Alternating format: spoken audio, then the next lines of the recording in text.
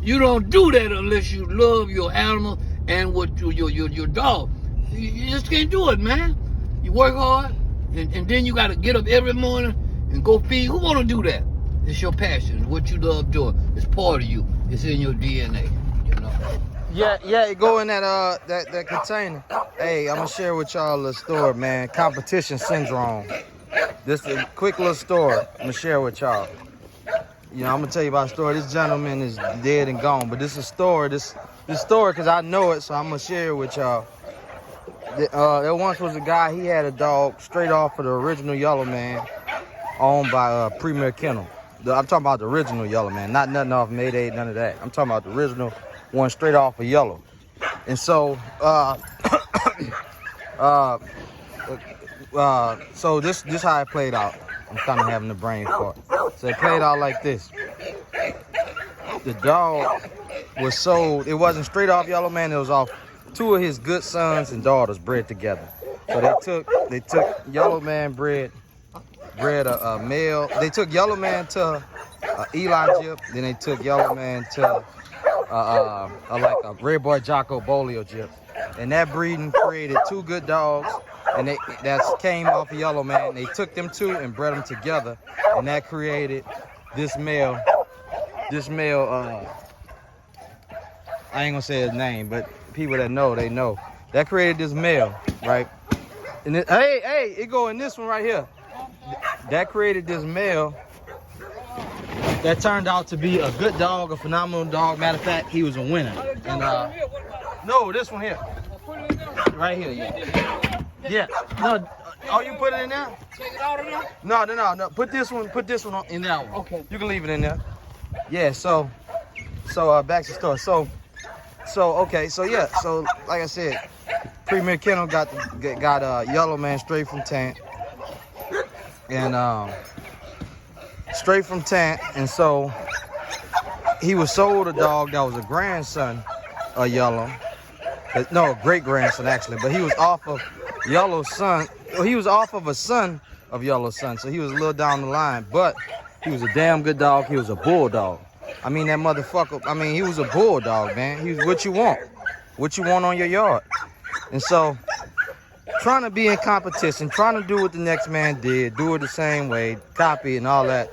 Went over there to Tant and purchase a cur, you know, and purchase a cur.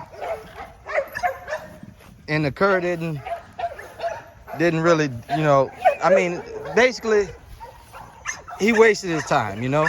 So if he had took and invested more energy into the winning dog he had that wasn't as pretty of a pedigree, as pretty, you know, wasn't as close on Yellow or as tight and inbred, he would have spent more time, more energy breeding the goddamn winner he had. Give about 3 scoops. If he had spent more time with the winner he had and bred him and not chased that pretty pedigree, man, that dog, you know, probably would have made a way bigger legacy on the hey, shut up. He probably made a bigger legacy on the dogs and be more remembered today. But because and it's no disrespect to the man, I'm using this as a learning experience, because he had competition syndrome. He wanted to, I'm gonna do it like you did it. I'm gonna go and all that type of shit. It almost reminded me of Master P and No Limit. You know, them boys was with P, and of course they want, I'm gonna do it how you do it. I'm gonna go start my own label. And nobody really took off like P did, because P, no, P had a different type of energy. So with that said, you know, you got to watch your competition syndrome, man. Sometimes you'll have a good thing, and by you feeling like you in competition with this guy, you feeling I'm gonna do it how he did and this and that.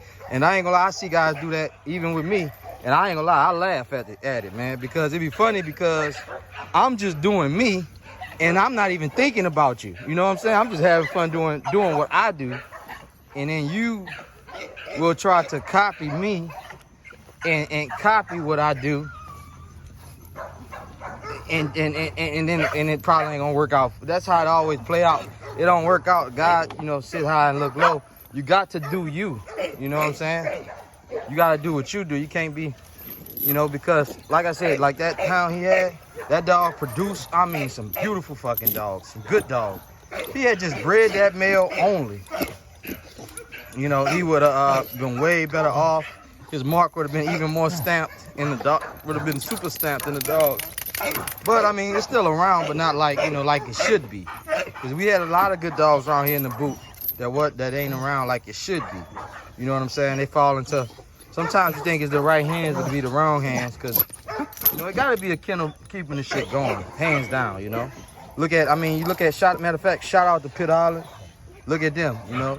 I don't know the exact story behind Boomer and all that, but I know for a fact, Sammy and Pit Island, they work together, are they cool?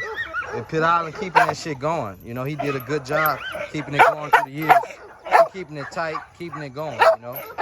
And so, with that said, what you say, girl? What you say? With that said,